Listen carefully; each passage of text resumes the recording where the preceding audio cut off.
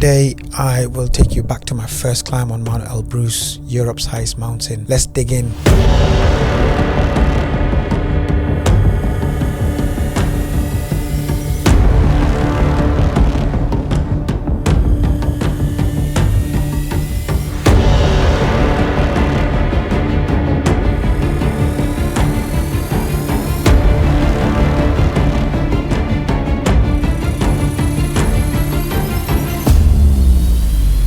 In 2019, I was working in an insurance business which I'd built with my cousin, and we were doing good. But I wanted something more to inspire my kids and leave a legacy for them. So I didn't have a mountaineering background. I didn't have any skills, any transferable skills, maybe the fitness. And I just decided to go climbing Elbrus. I didn't actually get a summit on my first mountain, but I learned so much more about mountaineering and about myself. This is the story. Who's one of my best mates, younger brother.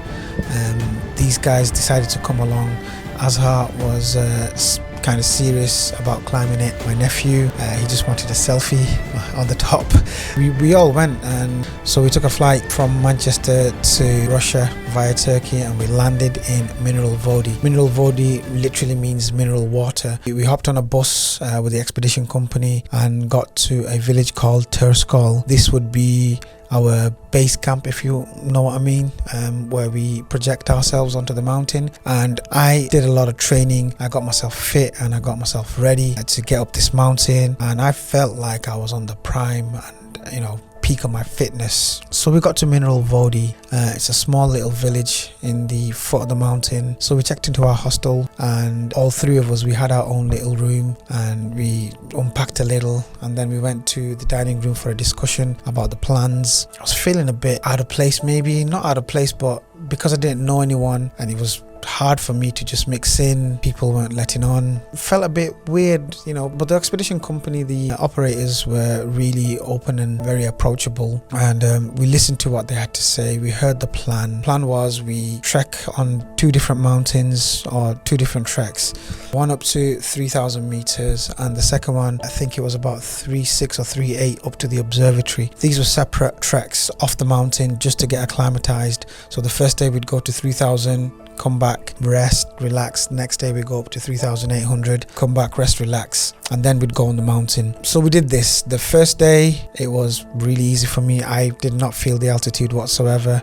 We went up, we got a glimpse of Mount Elbrus, the two double peaks. Felt really nice and really motivated us. We got back to the hostel, and the evening meal was fantastic, and we just we had some good rest. So the first day we went on Mount Chagat, which is 3,000 meters. We got a glimpse of Mount Elbrus, and it was really motivating. I felt really excited about it, and I just wanted to get up there. So we came down, we had some nice meals in the evening, rested, and next day we woke up 7 o'clock, ready to go. We're going to go towards the observatory, and our goal was to hit 3,400 meters. I was fit as a fiddle. I was ready, and I felt the most ready that I'd ever been. I couldn't be any more ready. And we went on the hike.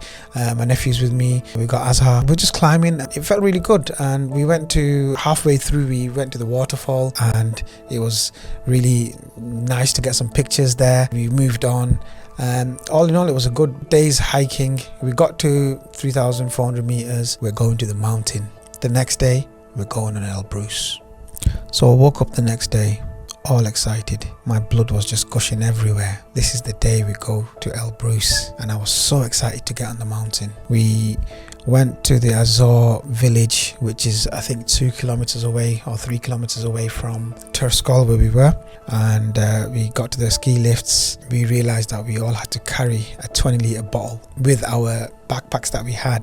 This is like a teamwork thing. Everyone carries a bottle just so that we have water, because we'll be up there for 3 days. So the first bit was easy. We just grabbed the bottle, get onto the ski lift, and the ski lift takes us up. The ski lift took us to I think 3,800 meters or something like that. After that, we'd get off the ski lift and we'd have to drag these 20 liters of water canisters. I think the ski lift took us to about 3,800 meters or something like that, and then we'd have to get up and drag these 20-liter canisters of water down to the huts. It sounds easy enough, but there's snow, there's people slipping everywhere. So it was kind of difficult. I saw someone just let the bottle go, so a little bit later on I did the same. It was really difficult to take those bottles down along with all your gear and everything that we're carrying up, because don't forget, we carry the massive gear, the bag with us to the huts, and then we have a day pack for each day. So we had everything plus these water bottles. Managed to get to the huts. The huts were very cozy and comfortable. They had a wood fire, I think. Got ready. So what happened on the first day? Unpacked. And so the first day we got there, we wanted to go hiking a little bit and on the mountain, and we went up to, I think, 4,050 meters. We got there, we stopped as a group, and we spoke about mountain safety and stuff, and we were taught how to put on crampons, how to use an ice axe, and how to use our walking sticks properly. Also, one of the most important things that I've learned on that first trip was how to self-arrest. We were sliding off hills, forwards, backwards, upside down, and self-arresting. So self-arrest is like if you're slipping on a mountain, you're going down the slope, how do you stop yourself from going all the way down and injuring yourself? So they taught us how to do it. It was a very insightful day that day. After that, we just walked down to our huts and rested for the night, and that was it. The next day was the most exciting day of my career as a mountaineer. We were going up to the Terskol rocks. They're 4,700 or 800 meters in elevation. It was the highest I've been in my career, and I'm looking forward to it. I'm pumped up and we're ready to go. So we had our breakfast, we put our gear on, and then so we're ready to go. We start trekking, we get to the crampon point, put our crampons on, and then we start walking, and then eventually we got to the slope. God, this was a 45-degree slope, just sheer ice. It was really exciting, and it was a good place to be. And eventually we reached the Terskol rocks. We sat down for a few minutes, and you know what, I could see something that I'd never seen in my life. I saw like this ball of cloud coming in to the path that we're going to be taking down, and it scared me. Like, I'm just thinking, what is going on, and is this safe? I'm wondering if it's safe, but I looked at the guides and they didn't seem to be phased at all. We had our drinks, we took some rest, and it was time to go. And I'm just looking at the guides like, are we actually going to go through this? They just said we have to walk through it. So we started walking down. I don't know how I'm feeling, and I don't know what it's going to feel like once we get there. But we started walking down, and we're going in. It just felt like a bit of extra wind, and it was just dark. Couldn't see ahead, but path was there, so we could use the path to get down. So we're walking through it, and eventually we got to the huts, and we decided to rest. So next day was going to be a rest day, and I'm feeling energetic still. I want to go there. That's how excited I was. And I looked at my weather, and it really blew me off. Like, I saw the weather and I could see that there's a storm coming in. So I spoke to the expedition company. I said to them, look, there's a storm coming in, right? Can we, I'm feeling strong. Can we sort of move the summit push to tomorrow? They just said to me, listen, the storm will pass. We've got a few rest days. We'll see how it goes. The next morning, I woke up and I tried again. And I said to him, look, let me go without a guide. Let me go to the summit. I'm ready, because tomorrow and the next days, the next few days, there's bad weather and our expedition ends. They said, no, don't worry about it. The storm will pass. The next morning, we woke up and it was horrible. The storm was here. It was snowing. It was really bad. The guides sort of said, it might be an idea to go down to the village and take some rest while the storm passes. I had no choice, actually. So I went down to the village. It's depressing, and we just sort of just rested and ate and slept. The next day the weather wasn't too good either, and they just said, look, I knew it was coming. They just said, look, we have to cancel the expedition. I wasn't having any of it. I went back to the dining room after a while, and I spoke to the guides, and I said to them, listen, I'm not here to back down. I'm going to give it a go. I want one of you guys, the strongest one, to take me and let me at least have a summit push so that I can at least tell myself I gave it a go. I don't care if there's a storm. I said to them, this is what I want to do, this is my decision, I will pay extra, I want to at least have a shot at it. And they said, look, let us have a think about it. The next morning they called me into the dining room, me and 3 of the guys. They said that they thought about what I said and they found somebody else that would take us, and they said, look, you guys are the 4 strongest in this group.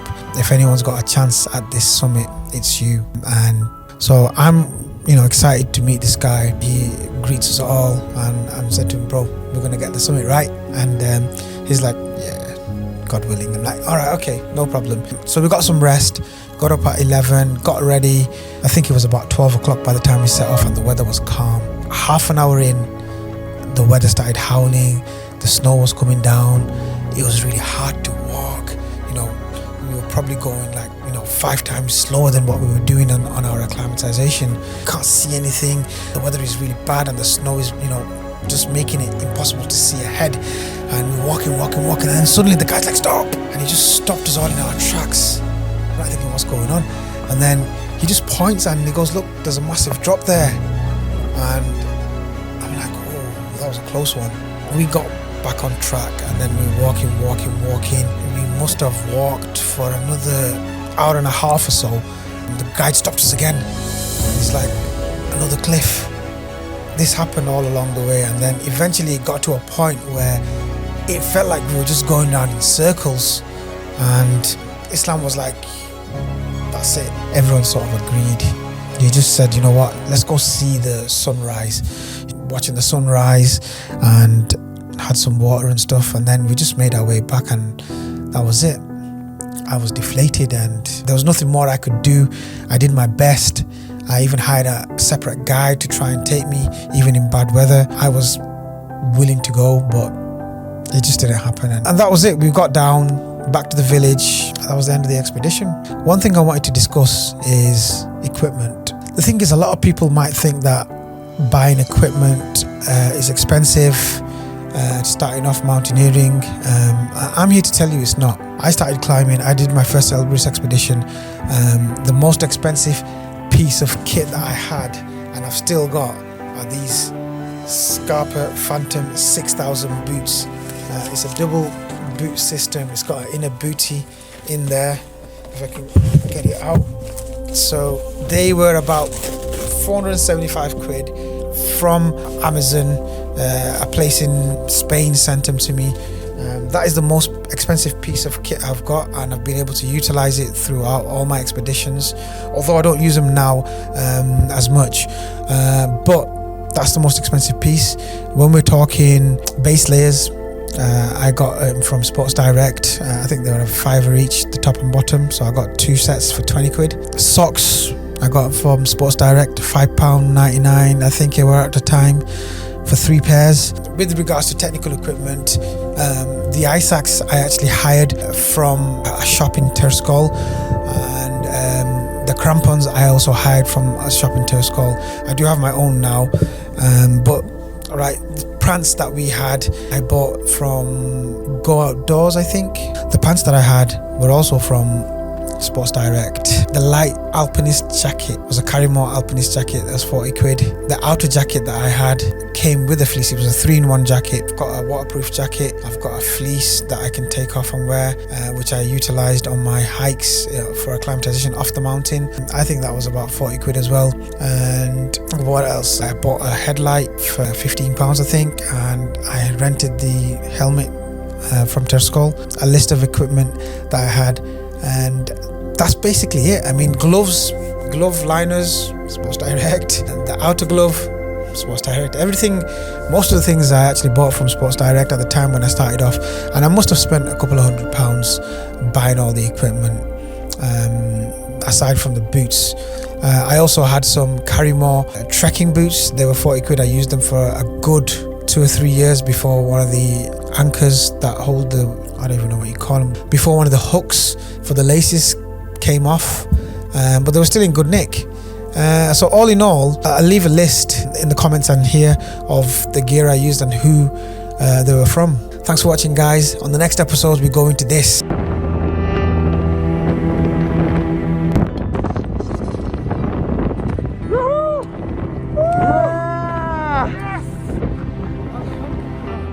then we were there. We were on the summit of Mount Elbrus, Europe's highest mountain. If you haven't done so, subscribe to my channel, hit that notification button so you know when my next videos come in.